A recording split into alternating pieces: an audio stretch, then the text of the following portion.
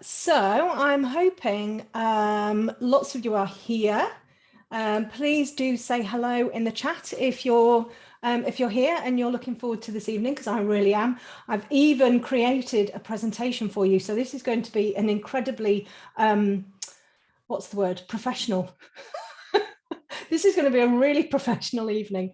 We've got, who have we got here? We've got, hi Fiona, we've got, hi Joanne, Clementine, Monique, Abby, Debbie, Michelle, Christine, Lisa. We've got Elaine and Alicia and Sue and Nicola. Oh, we've got loads of you. Anya, Donna, Rosem, Gillian, Wendy, Livia, Paula. Oh, you're all here. Amazing. It's so nice to see you all. I apologize if my eyes go in everywhere because I'm still not quite used to doing the presenting when I can't see anybody's faces. It's a very strange thing to do. But this evening, I am absolutely delighted to be bringing you some information around critiques, which is the most amazing thing. So I'm going to kind of talk about that in a second, and I'm going to be sharing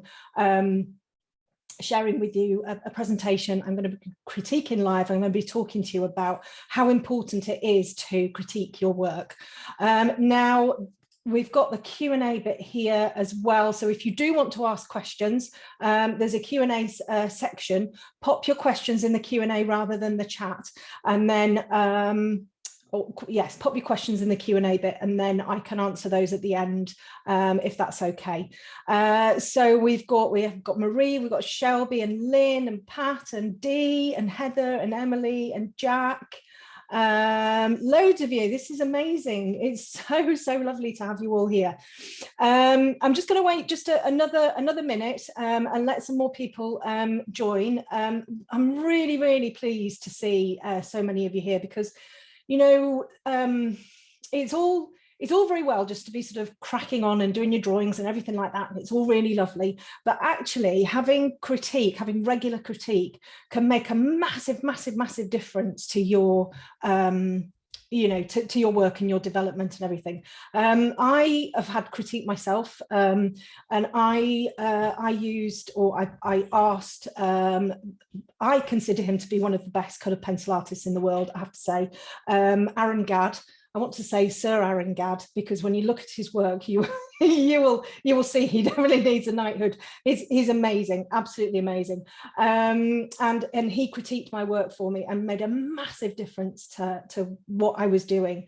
Really helped me with colours and all of that type of thing. So it's really, I think it's really important to critique your own work, and also to have it critiqued as well if you can. Now, critique is something that I offer within the Academy. Of course, the Academy opens on the 26th of December. Really excited about that. We've got another event happening next week. But I critique people's work every week. There's probably about an hour and a half's worth of critique every week that I do, and I record and then I share. So probably around, I don't know, between maybe 20 and 30 pieces that I critique each week, you know, and it's a service that I offer within the Academy, and it's just, you know, it's brilliant, you know, and I would highly recommend it. I mean, even joining the Academy just to get your work critiqued is worth it. I mean, I paid quite a lot of money to have critique done, you know, because I think it's a really great investment to have, you know. So I'm just going to answer just a couple of questions before we jump into everything. We've got, oh, okay, so Clementine is talking about backgrounds have difficulty getting a blurry effect. That Clementine, I do quite a few backgrounds now within my within the tutorial, so that would be probably quite helpful for you. Fiona, is the homework in the Academy, do you have to do a certain number of hours per week? No, Fiona, you don't. You can go at your own pace. The foundations course, if you finish, or when you finish all of the pieces in the foundation course, you submit to me, I will feed back to you and you get a certificate of completion, but there is no time scale. You know, some people might, you know, whiz them all out in a week. Some people, it might take you a couple of months to do. So, you know, it's very much a case of do it at your own speed, you know, don't be rushing or, you know, trying to get everything done. Can we have a tutorial critique, or does it have to be your own piece? No, you can have, as I try not to critique other artists' tutorials because I find that can be a little bit confusing, just because you may well have been taught to do things a different way than I teach, but I will critique. If you do a tutorial of mine, I'll critique that, and I will critique your own pieces as well.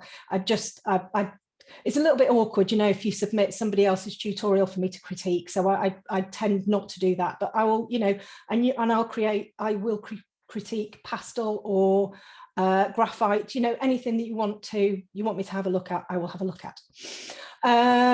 Okay, so what I'm going to do now, you have to bear with me because this is the first time that I've done this. I'm trying to be super, super, super professional here.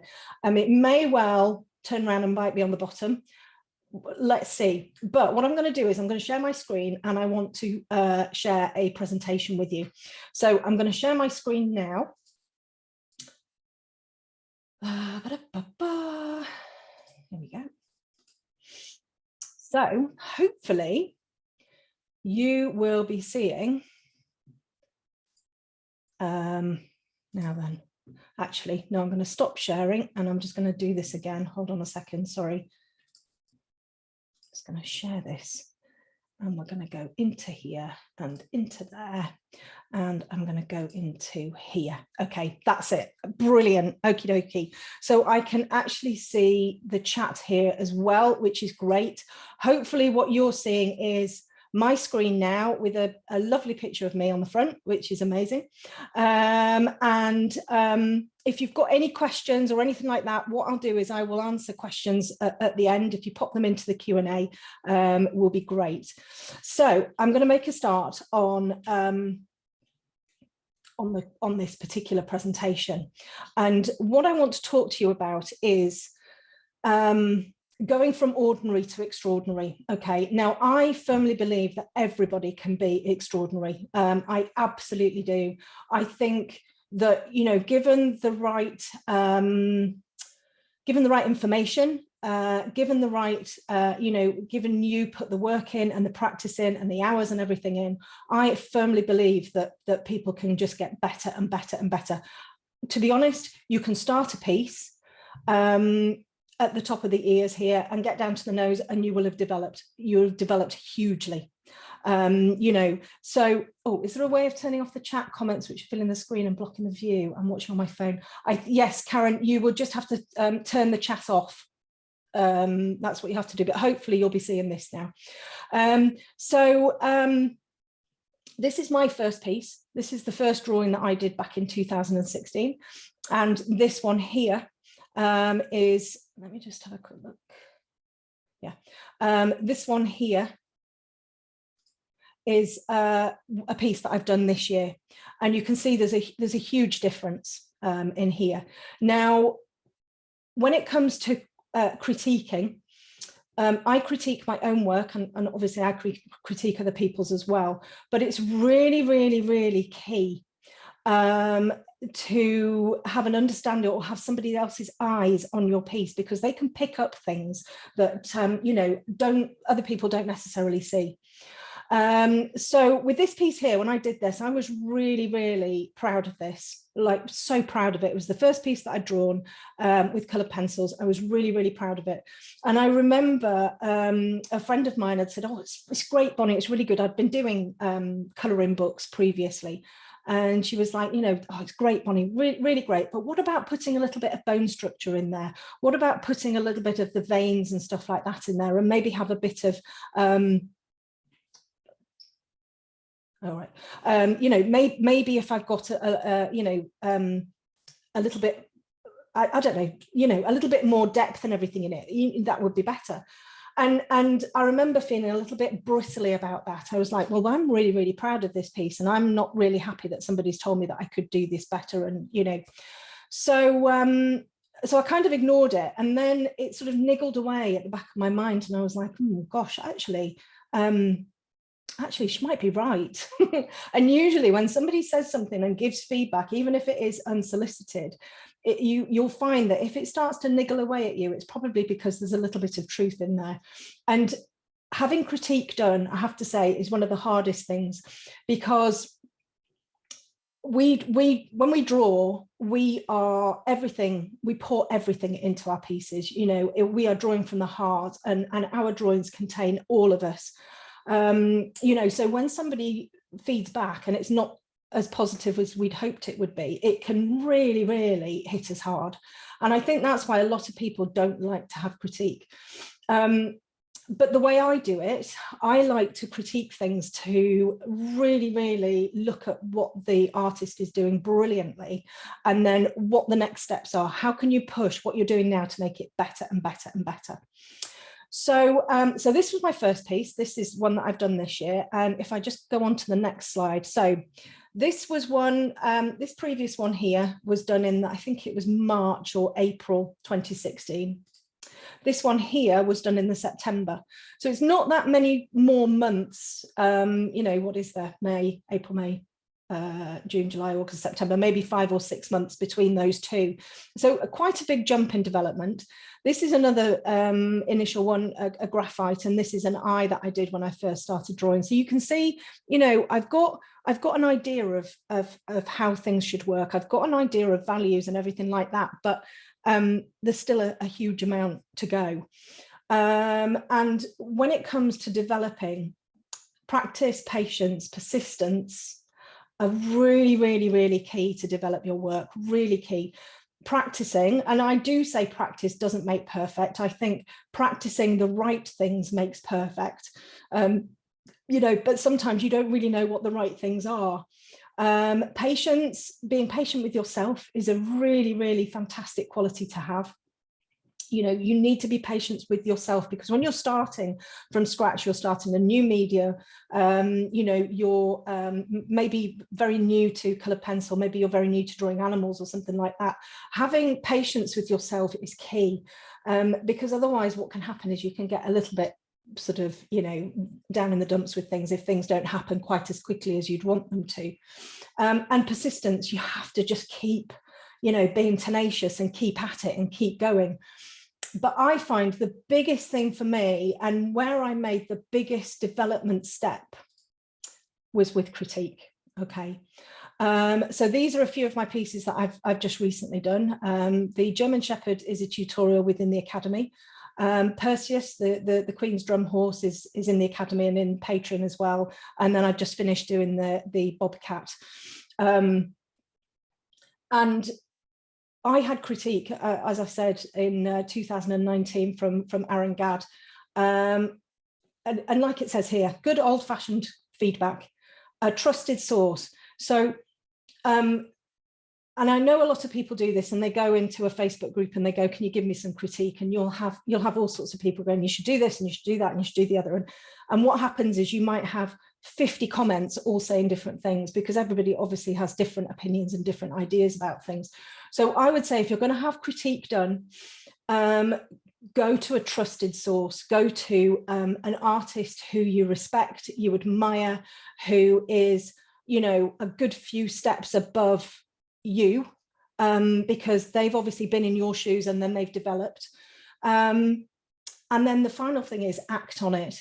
So don't go and have critique and then ignore what's being said. When I had the critique done on my work, it was really scary. It was really scary. I had to submit a few pieces, and he came back and he said, my grey animals were brilliant. And I was like, woohoo, but your coloured animals aren't. And I was like, oh God. And I thought, you know, when you get that awful feeling in your stomach and you're like, oh no. And basically I was leaving out, and I tell this story an awful lot, I was leaving out a whole range of colour. So I was going with the beautiful reddy browns. I love reddy browns. They look so pretty. And I was leaving out all of those yellowy browns that look like baby poo, basically, leaving all of those out, and actually they were what I needed. So, and he also talked to me about lost and found edges, and I started to bring those into my pieces, and it made a huge difference. So what I'm going to do now is I'm just going to move on to this page here. I'm going to show you a couple of examples of some of my students' work. This is a piece that John submitted back in May, these three gorgeous little dogs.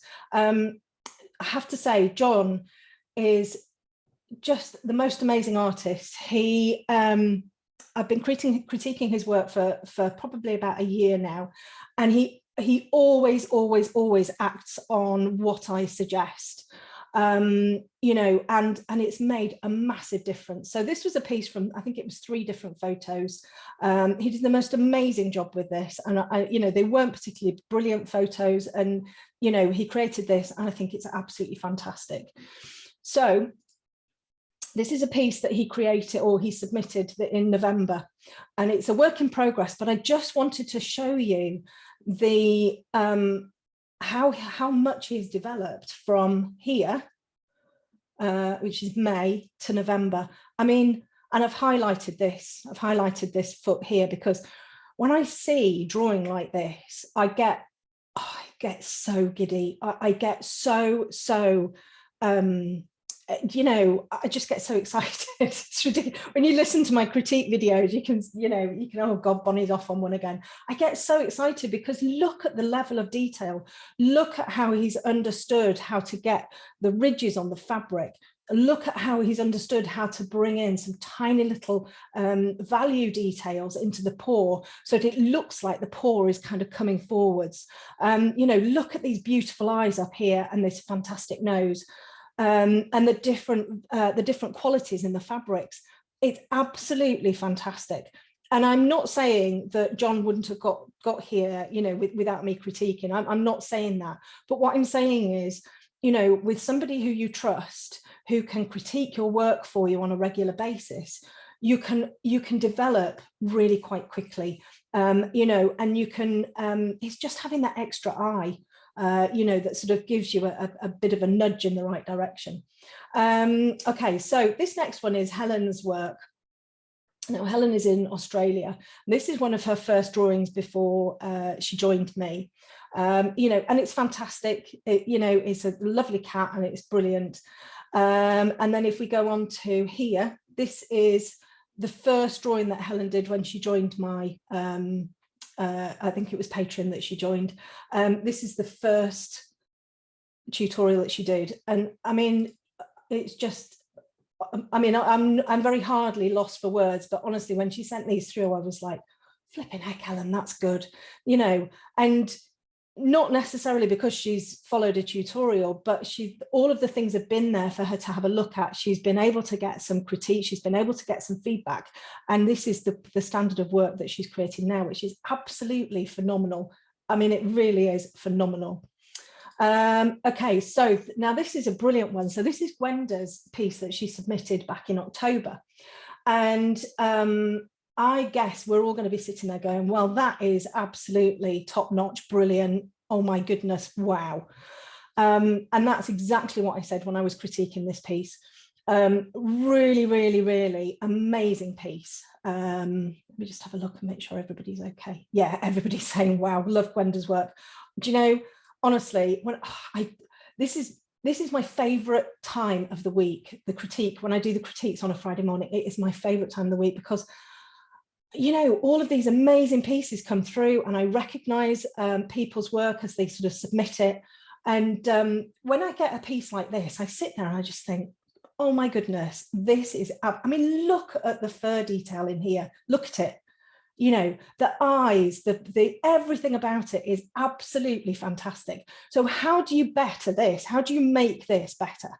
You know, and it's not about me going, right, Gwenda, yeah, you've done this great piece. So, well, you could have done this better, and you could have done this better, and you could have done this better. It's not about that. It's about really celebrating what Gwenda's done with this piece. You know, it's the fantastic fur, the values that she's got in here. So the darks and the lights, and it's really 3D. And what I suggested to Gwenda to push it up another level was to look at the edges of her work. And it's to look at some of the edges of the fur, particularly around the top of the head and the ears, and think about how the fur just drifts off and becomes part of the paper in the background behind it. And this is what I talk about, lost edges, okay? And it's about just letting the fur drift off, so it doesn't look, and this one doesn't look like it is, but so that it doesn't look like it's cut out and stuck onto a page. I mean, this is the most amazing standard of work, I have to say. Now, hold on to your pants, everybody, because this next one from Gwenda is going to blow your socks off. Okay. This is 3 weeks later. Okay. We've got, oh my goodness, soft edges galore. She's really, really listened to, you know, how can I develop? How can I make my work better? And we've got these beautiful, you know, not completely lost edges, but they're soft. They're just floating off into the background. It's got atmosphere. It's got, oh, honestly, this, I've even got goosebumps all over my arms now. Honestly, this is what makes my heart sing. Absolutely stunning work. You know, and if I can help people get to this standard of work, I mean, that is just incredible for me, absolutely incredible, you know, and Gwenda's work is absolutely terrific. Dorothy's saying, will you be this good? Yes, you will. You'll be, you know, whatever you want to be. And if you put the work in, you're going to get there. Absolutely. But this is what I mean about, you know, listening to what's being said. I'm not saying I'm the expert, but, you know, I've not done badly and my work's okay, it's pretty good. But, you know, listening to that and bringing in, and this is, I mean, I absolutely love this piece. I absolutely love it. I think it's brilliant. And Trisha's there saying, you know, that's incredible. I can only dream of being that good. Trisha, honestly, don't, you know, dream about it, but that dream will become reality, I'm telling you. You know, so yeah, absolutely superb work. Okay, so we're going to start with some critiques, okay? So this is going to give you an example of an idea of how I critique work. This is a piece I haven't critiqued yet. This was submitted for this next week's load of critiques that I'll be doing on Friday. And this is Harry's piece of these two beautiful, I don't know whether they're Airedales or whether they're, gosh, isn't that awful? Honestly, I try and put breeds in and then I get it completely wrong. But what we do know is that these little dogs have got the most crazy fur. I mean, they could be Welsh Terriers. I'm not sure. I'm useless. Give me a Scottish Deerhound and I'll and I'll tell you what that is. And a Black Labrador, and then I'm fine. So first off, these are really, really beautifully drawn. What I love about these is the character and the joy that are in these little dogs' faces. You know, two very, very ordinary photographs. And this is what I love about, you know, I love about doing what I do. And I love that other people are doing the same thing and bringing dogs owners just so much joy. Two very ordinary snaps brought together into the most beautiful portrait. You know, we've got really good likeness here. We've got fantastic color choices. I'm telling you now, this color is not easy. It's not easy to match. And color matching isn't the most important part when you're trying to get realism, you know, but obviously with a pet portrait, it is important because you need to get it so that they're, you know, it's looking sort of similar. But we have some very beautiful drawing here. This dog here, I love that we've got a little eye missing here, and a lot of the time I used to do this all of the time, we feel we have to see both eyes, so we try and get the eye in here and then it looks a little bit odd, and then we go, crikey, maybe I shouldn't have done that. And then, you know, but what Harry's done is he's just drawn what he's seen. We can't see the eye behind the hair. Does it matter? Not a jot. Doesn't matter at all. We don't think, oh, it's a one-eyed dog. We think, oh yeah, it's, you know, we don't even think where's its eye because it's there covered with the hair. We've got these beautiful noses. I mean, you know, really, really beautifully drawn noses. And the fur rendering is fantastic. This is done on drafting film. He's used polychromos, or forgive me, Harry, because I don't know whether you're a girl or a boy. I am sorry. I'm assuming you're a boy, but anyway, polychromos and luminance on drafting film, and we've got some really, really nice curl definition in here. You know, and the other thing that stands out as well are the use of values. So how you've used your values. And when I talk about values, I'm talking about lights and darks. So if we scrunch our eyes up at the screen, so if everybody sit at the screen and scrunch your eyes up, these are a little bit small at the minute, but you can see that there are elements of really, really dark. So we've got dark in here, we've got dark around the nose, we've got dark here, and dark around here, obviously where we've got the black fur. And we've got exactly the same on your drawing. You know, so your values, I think, have worked incredibly well. The curl definition is beautiful. And I really like how you've brought the two of them together. So I think the composition works very, very nicely. We've got the eyes pretty much lined up. Nose is pretty much lined up. You've got them sort of very similar sizes. And I think it works very, very well. So what I would say to move forwards and to start your developing even more, and you know, next time you're going to be working on a piece, what could you do differently, or what could you do a little bit more of? And for me, what I want to see a little bit more of, and we have some fantastic examples of where it's worked really, really well, is just looking at the structure of some of the fur. With drafting film, we tend to use subtraction techniques, so using an eraser or a knife or something like that to pull out the hair and, you know, really get that hair, you know, the highlights and everything like that in there. And that's what I would like to see on this, just a little bit more fur definition. Now, we've got fantastic fur definition in here. This, I think, is absolutely beautiful. This area here, we've got that sort of real wiry look coming from the snout there. And I think this has been done very, very nicely. I think you've done the eyebrows up here. I think that's beautiful, and the little ear here as well. So I'd say the majority of your fur rendering is great. But there are just places where I'd just like to see a little bit more definition. So in the cheek area here, you know, it's just got a little bit muddled in here slightly. It's a shame I can't blow it up, but you know, just looking at how the fur, it's a little bit woolly, and the same over here as well, a little bit woolly. You know, so getting that texture in there of the woolliness, I think, is going to kind of really, really help. And then I think your eyes are terrific, you know, beautifully done, really, really nice and dark with those lovely bright highlights. I love how you've got the fur around the nose and the definition of the hair around here. I think that has worked just brilliantly. Then when we come down into the chin, where we've got these bits of orangey hair, now this is where it starts getting tricky, because you've got your oranges over the top of your black. Okay, and what happens when you have a yellow based color, which is your orange, going over the top of a blue based color, which is your black? What happens is it goes green. And this is where we have to start being really, really careful about color choices. Yours hasn't gone green, but we've got a little bit sort of scratchy and a little bit sort of we could do with a little bit more definition, a little bit more refinement in the hair around here, but that's a tricky one because the orange going in over the top of the black. So there are the things you can do to help. You can put in a little bit of red over the top of your black, which will then help when you get your oranges in there, so that it's sitting with the red rather than the black, and then it doesn't go green. Or you can choose something like a pinky orange, like a sanguine. And that's going to be really, really great when you're using it with the blacks, because again, then it stops it from going green. And then what we could do is use something like the Tombow and really start to get some lovely soft fur texture coming through into the bottom of the chin here. Again, with the bottom here as well, just a little bit more sort of definition, a little bit more wiriness in the chin down here.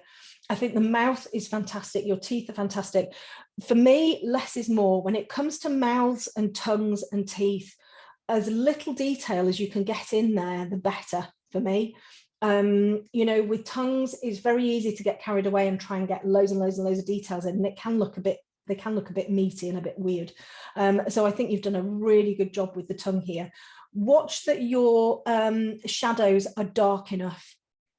So we can see here, I know it's a little bit small, but you can see here, we need to go darker, and you wouldn't necessarily see the edge of the tongue here. you can actually get rid of the edge of that tongue, and people aren't going to go, oh, what's happened to the tongue? Because we instinctively know that it's in shadow, and, you know, we wouldn't expect to see that tongue. So don't be scared of missing things out because you've got some dark shadows and everything in there, because actually that's a treat for our brains.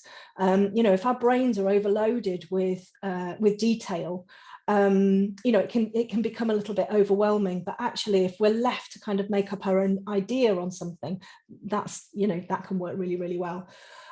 So for me, I think this is a fantastic piece, really, really super piece. The composition is lovely.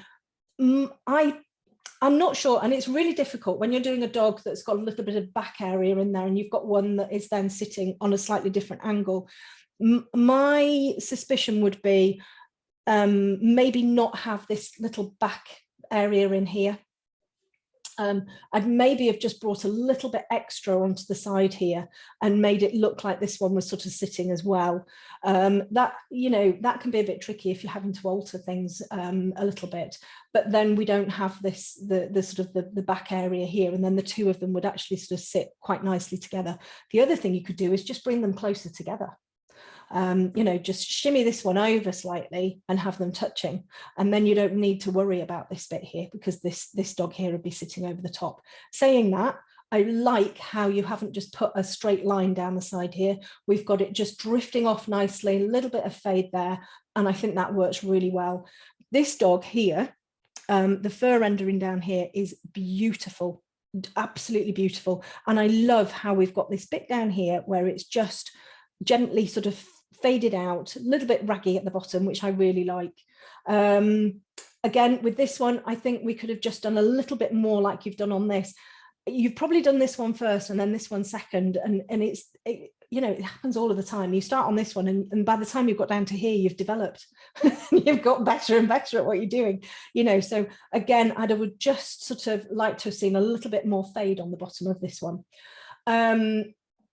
So I mean, I'm in love with this piece. The texture in these dogs' fur, I mean, this is like a dream, a dream portrait for me, because I absolutely love you know, all of this texture and everything. I just think it's fantastic. And the little noses, I mean, I would frame this bit here. I'd have this bit here framed. I think it's fantastic, and this little bit here as well. I think you've done a terrific job with that, Harry. Absolutely brilliant. I'm just going to have a look at some of these questions here. Okay, so that's fine. I'll come back to those. Just double check in the chat that we're all okay. Oh gosh, Tracy, she's going crazy barking at the dogs. That's how realistic they are. They're amazing. Oh, they're absolutely brilliant. Right, okay, so I'm going to move on to the next piece now. So this is Joanne's, this is her submission for this next week. So this is another one. I haven't seen this until today. This is from one of Joanne's own photographs, and it's on white pastel mat. And I think this is really, really lovely. So first thing, the photo, I think, is a really lovely pose. When you're taking photographs of horses, you know, you can get some absolutely weird compositions, especially when we take photos now from our own cameras. If you get too close up to something with sort of like a smartphone, what tends to happen, particularly with horses, is you get this massive, great big long nose and these little tiny ears, which looks okay in a photograph, but then when you isolate it and create a drawing from it, you're left with this really weird looking distorted face. And that's why I really like this. It's taken from slightly below the horse, but everything looks beautifully in proportion. So we have a neck in proportion, we have, you know, and I think you take good photos anyway, Joanne. I think I recall, but everything's in proportion and nothing's sort of looking a little bit, ooh, that looks a bit strange. We have some very, very nice fur rendering. I have to say, the neck here, and this is a big piece. I think this is either a half or a full sheet of pastel mat. And anybody who's drawn a horse on pastel mat will know that when you've got the neck to do, you sit there sort of weeping a little bit. and then you have to muster the courage to get it done. But I have to say, this neck here, I mean, this looks real to me. This looks like real fur. You know, I think you've done this very, very, very nicely. The fur rendering on the neck, I think, is beautiful. The fur rendering on everything, I think, is lovely. I think the whole piece has a very lovely, soft, subtle feel to it. Nice leather work. We've got the different qualities of fur, so we have the different qualities in the forelock. We've got the different quality in the mane. We have this lovely softness, you know, in the neck here, and then we've also got all of this loveliness in the face area too. We haven't gone overboard with things like, you know, the bone structure or anything like that, but it's still there and it's nice and subtle, and I like that. The eye is lovely. You know, lovely eye. We can see that it's got the right shaped pupil in there. You've brought that in, and what I really like about this, and you will see countless times from top artists, horses on this sort of 3/4 angle, you'll see massive, great big bulging eyes, and they just, you know, be like that, like my little blob there. You know, they like pop out, and they're almost flat. When you look at a horse's eye on this angle, they're almost flat. You know, so I really like how you've, you know, that's nice and subdued there, which I think works really well. Your values, I think, are good. We've got some good shadows going on down here. We've got some good shadows up, sort of like in the leatherwork and around here, and I think that works really nicely. And we've got some really nice smooth rendering in the leatherwork there as well. Now, for me, I could do with a little bit more saturation in this particular piece. So it's really difficult when you're critiquing a piece, because you don't have the full brief from the client. So you don't have, you know, Joanne's working from this photo, but I don't know the conversation. The client has gone, oh yeah, that's really nice, but actually, Joanne, they're not usually that dark. They're a much more sort of lighter, sort of bay color. Can you kind of lighten the color up a little bit? I don't have that information, so I can only go with what, you know, what I'm looking at. And Joanne didn't put anything in her email about that. So my suggestion would be to actually have a little bit more of this depth in here, a little bit more of the darkness. I mean, my suspicion is that the client has said it's not quite as dark as that. But I think we could still get a little bit more, particularly kind of in these areas here where it's a little bit darker, you know, up onto the top of the head, where you tend to get that lovely rich color on the horses. Now, this sort of color in here, there isn't one color that you can just go to and go, oh, right, yes, of course, that's going to be the color I'm going to use. But for this color here, this sort of really rich chocolatey color here, my go-to colors would be, I put a layer of something like a burnt sienna in. Then I would put a layer of Caput Mortuum Violet in. And then I would put a layer of dark indigo, the dark blue in. So the dark blue is going to react with the Caput Mortuum Violet and make it sort of slightly purpley. And then I would whack in a little bit of walnut brown. The walnut brown is there just to sort of, in case it goes a little bit too red or a little bit too blue, the walnut brown is there just to sort of level it out a little bit. And that's what I would be doing in places, bringing in a little bit more of the sort of bluey colors in there. The other thing that I would be doing too is just bringing a little bit more of those yellowy colors. We've got some coming through in here, but I would be bringing in a little bit of either raw umber or brown ochre, something like that, just to sort of balance out all of those really lovely warm colours that are in there. And that's one of the things that's one of the pointers that I had when I had my critique. Make sure you're bringing all of those different hues in, those browny hues in, because you really, really need those, you know, to balance everything out. And then I would say down on the muzzle area here, we just need a little bit more depth. And I think you're still working on this. I think you're still the email you sent me was you're kind of adding a little bit more to the muzzle and the whiskers and everything. So we do need much more depth and darkness in this area down here, but keep the softness that you've got, because you've got a lovely softness going on down here as well, which is beautiful. Leatherwork, I think, is great. We've got some lovely shine going on there. You know, so and we've got this sort of shadow coming in on the neck here, which I think is great. So for me, with this particular piece, you know, I would be looking at sort of just working a little bit more into the values, making the values just a little bit darker. I mean, you know, your standard of drawing, I think, is excellent. It's really, really good. Watch the structure of the eye under here. So we've got this lovely round eye, which is great, but just watch how you're drawing the eyelid under here, because it's not quite structurally correct. And we just have to be really, really careful when we're drawing any sort of portrait. But, you know, with horses, it's really, really key to get things right, because you know, people do pick up on it. So I just zoom into the eye area here and just double check the bottom of the eyelid in there.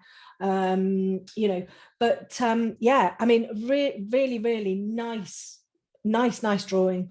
You know, possibly a little bit more color in the white area in here, but I mean, I am in love with your fur rendering in here. I think this is it's beautifully done. You know, and your leather work and everything. So I think this is a super drawing. Okay, so we go on to Becky's now. So this is another one, again, that, you know, we look at them and the color is completely different. The color is completely different. So, you know, my thoughts would be, and this kind of cat changes color in all sorts of different lights, doesn't it? So my thought would be, the client has said to Becky, it's not brown, it's gray. That's my sort of thoughts on this one. So I'm going to go with the fact that, you know, the client has said it's grey and not this sort of warm browny colour. And this is another really, really great example of a quick snap of a pet, quick snap of a cat, you know, that's just very ordinary. And then we end up with this absolutely beautiful portrait. You know, cats, oh my goodness, cats, I find them so tricky to draw. You can't really see the structure of the animal underneath. They're just all sort of fat and puffy. You know, so they've got like puffball faces, so you can't really tell where everything's going. But this one, you know, I'm looking at the rendering of the fur. I think it's absolutely beautiful. Again, we're on pastel mat. We've used luminance and museum aquarelle on this, and I think it's absolutely beautiful. Absolutely beautiful. If we look at the fur on the body, so for me, what I want to see when I'm looking at you know, something that's you know, well, anything really that's got something that's fluffy, I want to feel that I can put my fingers in it. I want to feel that I can just sink my fingers in, and with this fur I absolutely can. You know, we've got these little sort of areas of tufts of fur which have been drawn really, really beautifully. You know, it's not sort of too so it's not rigid, so it's not sort of like a picket fence or anything like that. It's random, but it's still similar, if that makes sense. And that's what we want. We want these sort of similar markings going in there, but not to the point where you know, they look really, really regimented, because that then looks very strange. And we've got that in here. We've got these little tiny areas of just sort of slightly darker value that shows that the hair is just lifted a little bit, which I think is just beautiful. The tail coming through here, really, really lovely. You know, it looks really lovely and soft. And then this paw here is just a thing of absolute wonder. I get so giddy. So what we've got with this paw is we have the little sort of slightly lost edges in here. We've got this beautiful highlight coming across the paw. So we know that this isn't a cat with like a stumpy leg and a paw missing. We know that this cat has got its paw curled around and we can't quite see the paw on the other side. You know, we don't need to we don't need any more information on that. We know that that's what's happening, because what Becky's done is she's brought the shading that she's got on this leg is absolutely spot on. You know, so we've got the darkness, we've got this highlight, and we know that everything curves round and goes round to the back, you know, which I absolutely love. I think that is just brilliantly done. And then, I mean, the beautiful eyes, really nicely drawn eyes. Cat noses, they scare the living daylights out of me. So you've done a really good job with your cat nose. And again, we've got some sort of like nice fading off on here, and we've got the whiskers and all of that type of thing. Your whiskers are looking great. The whole piece is absolutely beautiful. So I think to kind of take this to the next level, you know, Becky has clearly got a fantastic grasp of fur rendering. She's got a really fantastic grasp of how the lighting works and how important it is to get that lovely graduation from sort of like these mid-tones through to the light tones and curving round, you know, and keeping on working on that. I think, you know, we always need to sort of work on those elements all of the time because they're so important. But for me, it would be around just a little bit more looking at the softness of your edges. So when we come along the back area here, and I know that pastel matte is really hard to work with because, you know, if you just put one stroke on pastel matte, you've got, it's like drawing with a poker. If, you know, if you're new to pastel matte and you start drawing, usually what happens is you just sit and cry for a bit because it looks so terrible, you know, but once you get used to it, you kind of get to grips with it. But what I would say is use maybe a soft brush, maybe a cotton bud, something like that. Just soften the edges of the cat along here so we don't have pencil marks. And again, down here as well, just lovely and soft. You know, we've got the hair kind of poking out, but we just need them a little bit softer. So really look at your edges and just soften those off a little bit. My feeling would be just to have a little bit more of a shadow on the bottom there. The shadow doesn't have to be a dark black at all. Just, you know, like I'd probably put like maybe a cold grey 2 or something like that. Just bring a very slight shadow in. And again, with the top of the head here, allow it to drift off to almost nothing. The cheeks here, allow them to drift off to almost nothing. Just by doing those, we saw, you know, we saw that the other ones before. Let me just go back a little bit. So we saw Gwenda's here, where she started to really drift off the edges. You know, if you started to do that with these edges here as well, you know, that is going to take you up, you know, a level, you know, and your drawing is going to just take on a completely different level of development if you can just, you know, you start to kind of really think about your edges and everything. The other thing as well is it's kind of to do with the edges too, but it's around the darkness, around getting your darks a little bit darker. You know, and I would do that within particularly the cat's face, I think, because that's kind of the going to be the focus. So a little bit more depth in areas is going to really help with the structure of the cat's face. And again, when we come to the eyes, I mean, these eyes are really lovely. They really are beautiful. Again, I would bring in more shadow on the top. So we've got those lovely highlights, which are incredibly important, but the shadows are as important. The shadows are going to give you a real life to your eyes. So we've got some really good shadow in here. I'd increase that even further, to be honest. This eye, we've got some great shadow on this side, but we need some more on this side here. And, you know, the colors that you've used, looks like you've used some greens, maybe like a yellow ochre or something like that. I would just bring in a dark sepia, which is my favorite color.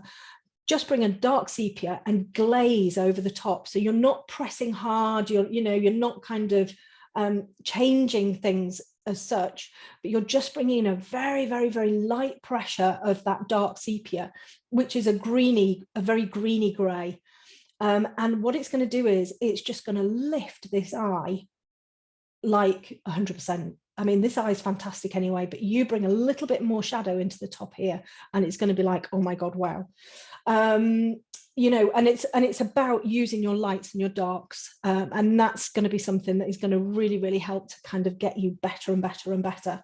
The whiskers, oh gosh, honestly, don't talk to me about whiskers, because they are the bane of my life. I struggle so much with whiskers. So what I found with whiskers recently is pastel matte, we should be able to get the white whiskers over the top of dark, and the board is not quite as grainy as the pastel matte card. And so what we tend to get is sort of like a little bit of a, you know, a poor effort really when we try and get the white in there. What I would say is, don't, on pastel matte, never try and do your whiskers with a slice tool or anything like that, because it will just look horrible. What you've done here is, I think, is the right thing. It looks to me like you've used the Museum Aquarelle and you've used it wet, and you've got the whiskery bits on, which I think, do you know, I think they're absolutely fine. We could do with them being a little bit thinner. What I've done on my last couple of pieces is I've actually sprayed my work, shock horror, with a workable fixative, and I've masked off the areas where I wanted to kind of put the whiskers, and that really did help. I have to say, it really did help me get those whiskers in a little bit crisper. But I haven't come across a fail-safe way of getting absolutely pristine whiskers on, you know, on pastel matte, unless it's like a really dark black, and then it's not, it kind of works okay. Let's get a bit of water. So I would say what you've done here, I think, works really, really well. What you could do is you could go in and just clean them up a little bit. You know, you could just go in and just sort of try and make them just a little bit thinner, clean them up very, very slightly, you know, and maybe put like a little bit of a shadow and stuff in there. Saying that, I do think they work really well. And when I looked at this piece, all I could see was this really beautifully drawn cat, you know, so it wasn't like they kind of stick out. So yeah, so this piece, beautifully drawn. Your fur rendering is fantastic. It's about sort of really picking up on those little detaily bits now, you know, the edges, really looking at your shadows, looking at those softer edges, you know, the lost edges around the face and everything. You know, you'll find that your work is going to step up considerably. So I'm going to come back onto I'm going to stop sharing and I'm going to come back onto here. I'm going to look in my Q&A for any people who want to ask questions. And I'll try and answer these. We've got sort of 10 minutes. Let's have a look. So Donna, can you only join the academy at certain times of the year? I have a 1-year-old, so don't have much time to do much currently. So right now isn't the right time for me to get much done. So the academy opens on the 26th of December. It's open for 2 weeks and then it will be closing again. And then it will be open again probably around April time. You know, and then you can obviously stay on the wait list, all of that, get emails from me, everything like that, and then you can join the next time round. Astrid, some of my clients don't want lost edges. How can I change their mind? I send them past portrait examples with white dogs on white, which I love, but they want a fried egg look with dark backgrounds. So that's a really interesting question, actually, Astrid, because if they're choosing your work, then they love your work. If somebody came to me and said, hi Bonnie, I'd like a portrait, but I want, you know, I want this and I want that and I want the other, I would say, well, then I'm really sorry, but I'm not the right artist for you. And, you know, I could maybe, you know, suggest somebody else. But if I'm going to do a portrait for you, then it's done in my style. I'm not going to change my style for somebody. I mean, I had somebody ask me if I'd do a cartoon style, and I was like, no. I mean, it would look absolutely dreadful because I can't draw cartoons, but it's not what I do. You know, what I do is my style, and that's what I do. So I would suggest that, you know, if they're coming to you, Astrid, they'd like your style. And if they're asking for something different, then I mean, my inclination would be to turn it down, honestly. Dorothy, would you put those dogs close together in the composition, touching perhaps? Oh, yeah. So going back to Harry's, the two dogs. Yes. So when you're doing when you're working on composition, I tend to compose mine in Photoshop. So I cut them out and I put them into Photoshop and I sort of have a play around with them. If you don't have Photoshop, you can print them out and cut them out and just move them around, you know, in front of you. So bringing them closer, I like to bring my animals closer together so they're touching. You know, it looks like they're then sort of the photograph's been taken with them both in the photo together type thing, but everybody's different. And I think what Harry did, I think it looked absolutely terrific, but yes, maybe just bringing them closer could have just helped with the issue with the back. Andrea, can we send in pieces on a monthly or 6 weekly basis to ensure we're improving? Yes. Yeah, so I do my critiques weekly, but I don't expect people to send me through critiques every week, because I mean I've got, you know, a lot of members, so I wouldn't be able to do that, but I try to fit as many as I can in. And I think, you know, I'm trying to get critique monthly, I think is a really good idea, you know, when you're starting out, because it just kind of pushes you in the right direction, you know, if that makes sense. Linda, from a practical standpoint, if my family has given me a new year of academy for Christmas, how soon would I know if I have a slot? Linda, anybody who wants to join in that 2-week period will get a slot. It's not limited. So I'm hoping that lots of you will join, but there isn't a limit. So as long as you join between the 26th of December and the 9th of January, you're in. Do you send materials lists for stocking stuffers? No, but I have got my my core pencil list, which has got lists of, and I've grouped them into colours. So lists of all of the colours that you know you need. So make sure you've got dark sepia, because that's in everything. If you've got dark sepia, you'll be fine. That's all you need. Dark sepia, if you can get, and they're like hen's teeth at the minute, museum white aquarelle. I do use that quite a lot, you know, for sort of like highlights and stuff like that. I tend to use polychromos and luminance the most. Polychromos I use the most, but, you know, even if you, whatever you've got, you know, you don't have to use the same as me. If this were done on film, how would you let the edges drift off? Okay, so with film, you can get those lovely soft edges as well as lost edges, and all you would do is you would just use very light pencil pressure just to get your that sort of graduation from the darker color through to the light, and it just kind of drifts off. You know, and then you can also use like an eraser as well. But what you've got to try and do with the drafting film is use that really lovely soft pressure, and that's going to help you get that lovely soft edge. What about scratching the whiskers with a needle before? Okay, so now if you feel it works nicely on Pastelmat, then do it. My opinion is I don't think it works nicely on Pastelmat at all, but that's my opinion. And if it works for you, then that's great. I don't like indenting on Pastelmat, and the reason is that the way that Pastelmat is made, it's made of sort of like this cellulose fiber, and as soon as you start to indent, the line isn't just sort of straight like it would be on hot press paper. It's got like a little bit of a wobbly edge to it. And what happens is when you indent on it, it disturbs the surface on either side of that little mark, that little indent that you've marked, so that when you come to bring your pencil in to draw on that, it looks really strange. So I never indent on Pastelmat. I just don't think it looks very nice, but that's only my opinion. So if it works for you, then, you know, then do it.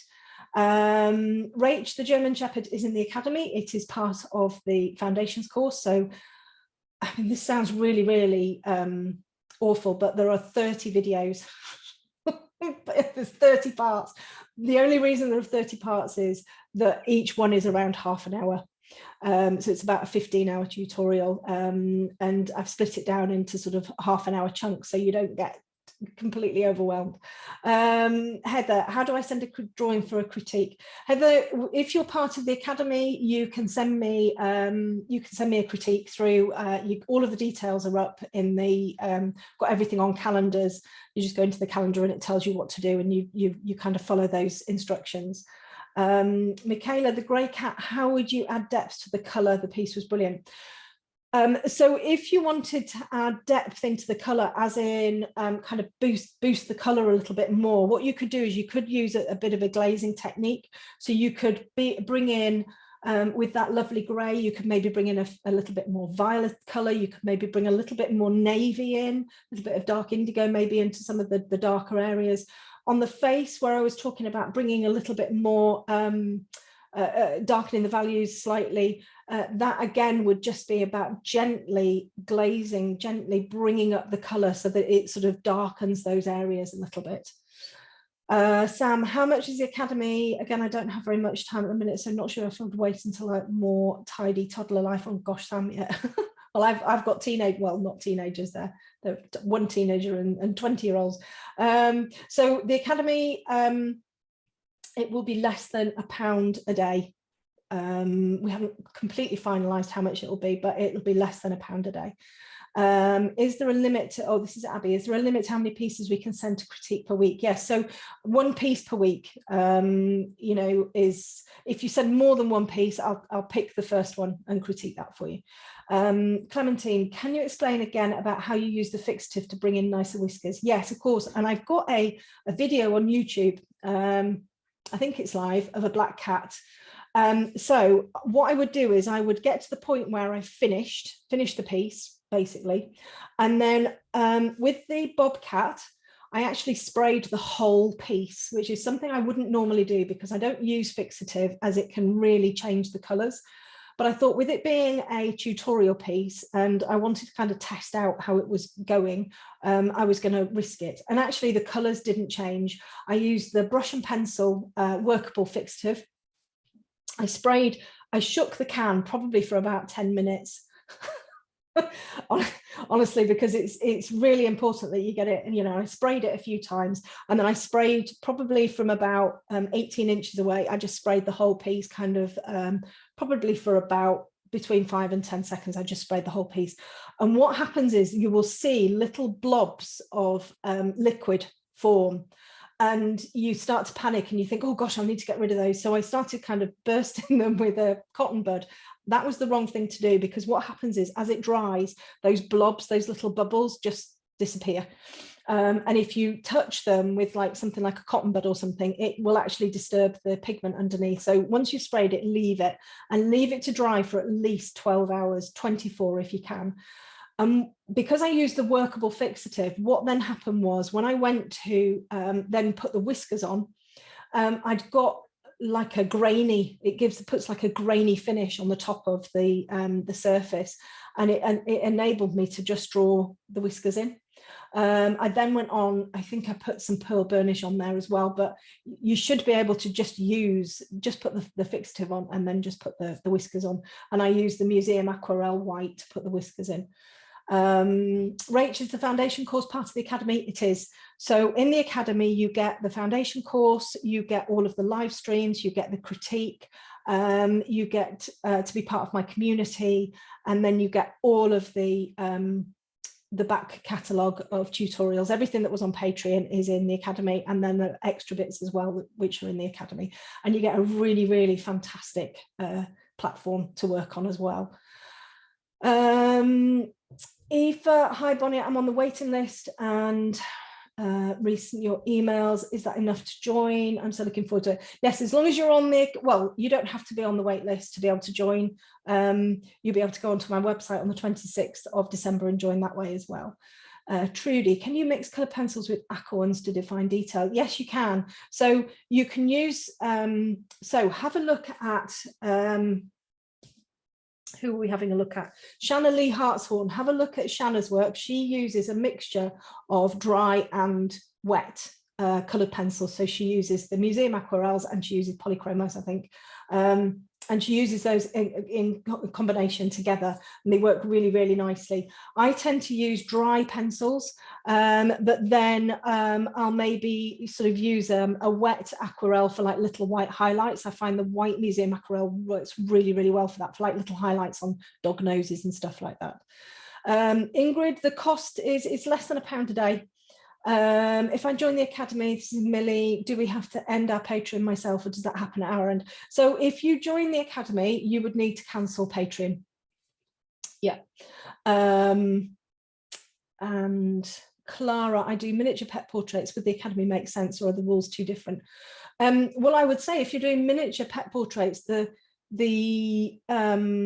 everything's going to be sort of very similar, just on a smaller scale. So you're still talking values, you're still talking confidence, you're still talking, I've got the business drop-in that's starting in January as well. So anybody new to the academy this time, they get to have the business drop-in sessions too, the live drop-in sessions. So there's all of that side of stuff that's going to be really, really useful, Clara. So I don't think it matters size-wise. You know, it's all about community, about joining in, and about kind of developing your skills and your confidence.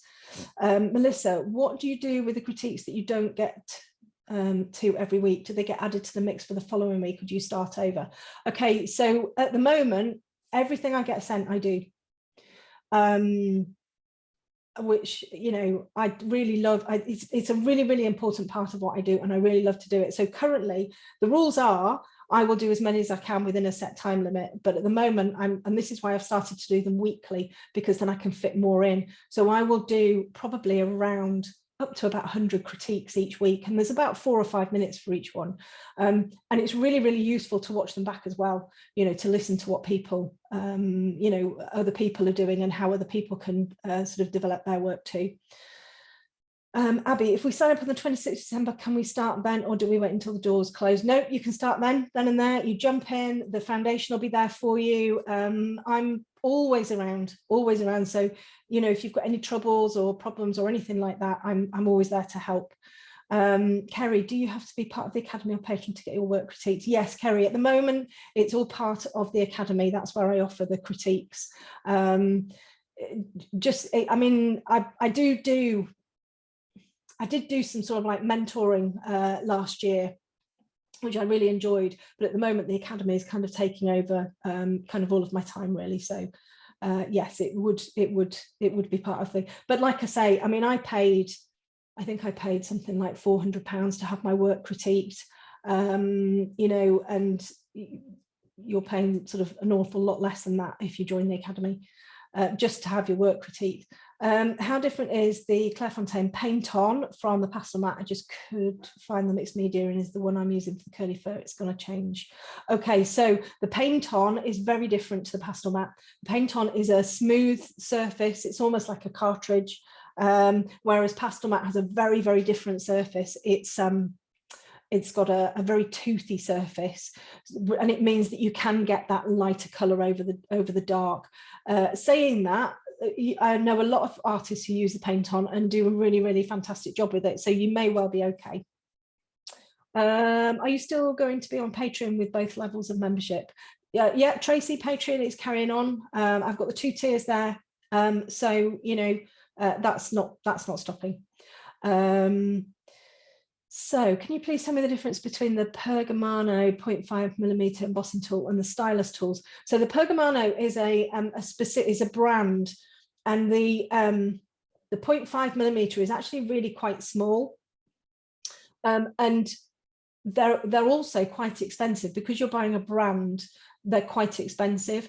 If you just buy an embossing tool, sort of like a nail embossing tool or something like that, you can get them really cheaply from Amazon.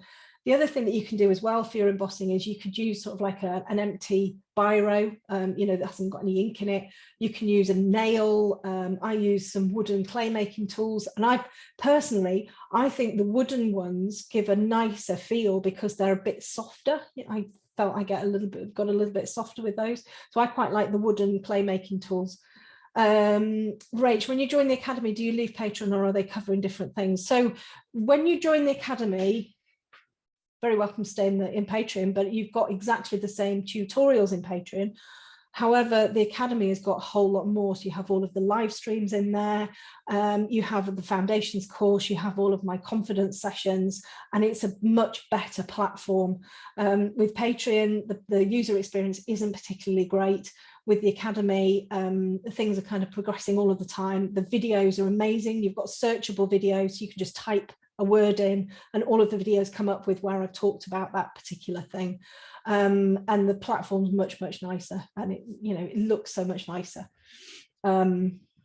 Bonnie, I'd like to try this is Kate. Bonnie, I'd like to try the wooden indenting tool you use. What is it called and where can I get one? So I got mine from Amazon, Kate, and it's a clay making tool, and it comes in like a little kit, and there are a few, they look like little tiny wooden spatulas. But they've got sort of like a, not a really sharp edge, but a, you know, a sort of curved, sharpish edge. And I really like those. Jan, do you show us how to draw from a photo, e.g. the essential lines needed to then use the colour pencils? Okay, so what I don't do is I don't show you how to fundamentally draw. I mean, saying that, I kind of do. We work from an outline that I've created for you, and I always suggest that you create your own outline or you freehand it if you wish. What I teach you to do is, as well as kind of creating realistic fur and how to use your pencils and all of that type of thing, I think the biggest part of what I do is instilling confidence in everybody and making everybody believe that actually this is something that they can do. For me, that's the most important part. But yes, absolutely, I teach you how to layer, I teach you or I show you the importance of all the different sort of areas of using colour pencil, like values and colour theory, I think is really key. But I don't do colour theory in a sort of a scary way. I'm always scared by colour theory. I open books and I go, oh, freaked out, and put it back down again. I like things to be simple. So my colour theory is very simple. You know, but again, that makes a big difference to your portraits, you know, using the correct colours. Kerry, what would your advice be if one knew a big critique was not getting the right colours? Hang on a second. What would your advice be if one knew a big critique was not getting the right colours? I'm not quite sure I understand that. So, or if you knew a critique was not getting the right colours. So if I got a piece and I was, and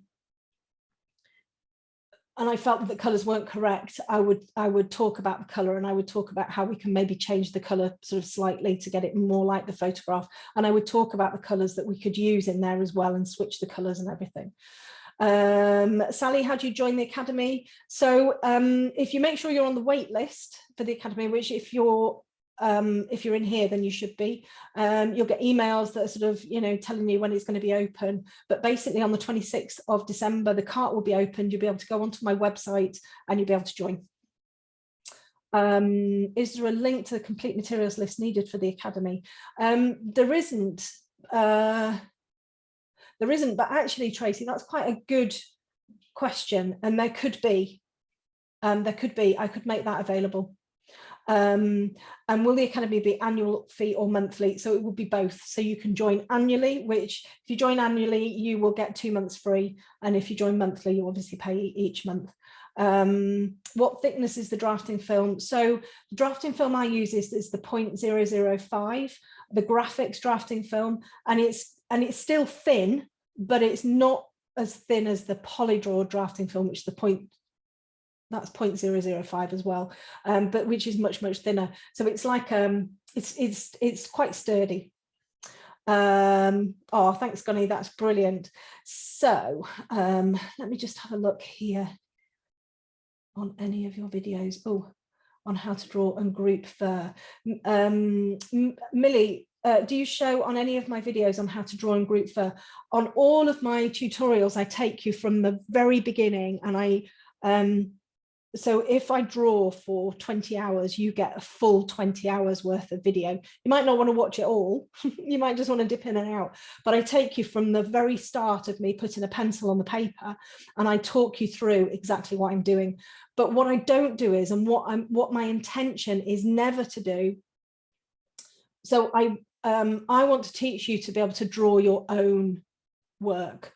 I don't want to teach you how to draw from a tutorial for the rest of your life. So when I'm teaching you the tutorial that you're kind of working on or listening to, I will give you pointers for your own work as well. So I'll say, you know, this bit here is really important. We've got to think about this. If you were doing this on your own, then you might want to think about this, that, and the other. And, you know, this technique's a really good one to think about. So I'm always sort of trying to give you as much information as possible so that you can then take those techniques and work on your own work. Brilliant. Right. Oh, I've got some more here. Gosh, everybody's chatting to me. Do I have a YouTube video on soft edges? I don't, Jan. And actually, the lost edges, I will. I need to do something about that, because not that it's the be all and end all, because I know some artists do the opposite and they use a lot of what's called found edges. You know, and it's their particular style. But I really love the soft edgy bits. Christine, Bonnie, is drafting film the kind of paper that architects use before? Yes, that's exactly what it is, Christine. And actually, funnily enough, one of my students couldn't get hold of drafting film, and they did the tutorial on tracing paper, the one that they were using, it was the leopard eye, I think, and did the most fantastic job. So I think tracing paper will probably work as well. Heather, I'm slightly confused by oil-based or wax-based pencils. Can you mix them, or should you? Oh gosh, Heather, just mix them. Just get them all in there. I use all of them all together. It's completely personal. You know, some people say, oh no, you should only use wax first and then oil. Some people say that, you know, the opposite. I just get them all in. And they all work fine. So it's a very personal preference, but I just get stuck in and just get them all in there. Linda, is the Caran d'Ache Museum Aquarella watercolor? Yes, it is. It is a watercolor pencil, but I use them dry. And then Maynard, what is drafting films? I've not heard of it. So drafting film it's a plastic film that architects use. It's got a very fine coating on the top, the matte one. It's very, very fine coating on the top, so it feels matte, but it's still very sort of smooth. It's sort of semi-opaque, so you can kind of see through it. And it's absolutely gorgeous for colored pencil. I mean, absolutely gorgeous. There's no tooth to speak of, so your pencil just goes down beautifully, beautifully smooth. And you can use subtraction techniques, so eraser, knife. Honestly, it's absolutely beautiful. I've got a tutorial, or a part of a tutorial on YouTube, of a little hair that I'm using. I've done it on drafting film, and it shows you how I use the slice tool and the Tombow. You know, so have a look at those, because it's the most fantastic surface. Oh, that's lovely, Michelle. Honestly, isn't it lovely when you find your people? Marie, Bonnie, could I just ask what scanner you use, please, to scan your finished pieces? Okay, so I have it's the Epson Perfection V600 Photo. However, and I just use my iPhone. I've got the iPhone 13. The camera is really, really good. So I just use my iPhone now, and I've had a couple of, I don't really do prints, but I've had my Otter had printed, and I used the photo from the iPhone, and it worked really well. D, is the foundation course structured? Do you have to join for a full year for the certificate? So the foundation course is structured. It's over 7 modules, and you go through the first few modules of me chatting away to you, talking about confidence, talking about self-belief, talking about values, about color theory, about all of the pencils, all of the paper, giving you a really, really good overall idea of, you know, what we're going to be using. And then you go through and you do 2 eye tutorials, 2 nose tutorials, 3 fur tutorials, and then at the end there's the German Shepherd. Now, to get your certificate, you have to do the eyes, nose, fur. You don't have to necessarily do the German Shepherd. You'll get a gold certificate if you do those, and you can take as long as you like to do those. Like I say, some people do them in a week, you know, and some people will take a lot longer. If you then go on to complete the German Shepherd, you'll then have your certificate upgraded to the platinum certificate, and they look really lovely as well, and they're shiny, which is great. So yeah, you can take as long as you like. Kerry, if you could give one top tip on working with drafting film, apart from the weight or double-sided, what would it be? Top tip: light pressure. And when I say light pressure, I mean really light pressure. I mean, the lightest pressure you can possibly muster. Think about, oh gosh, there was a tutorial I've just done recently. I thought, why have you said that, Bonnie?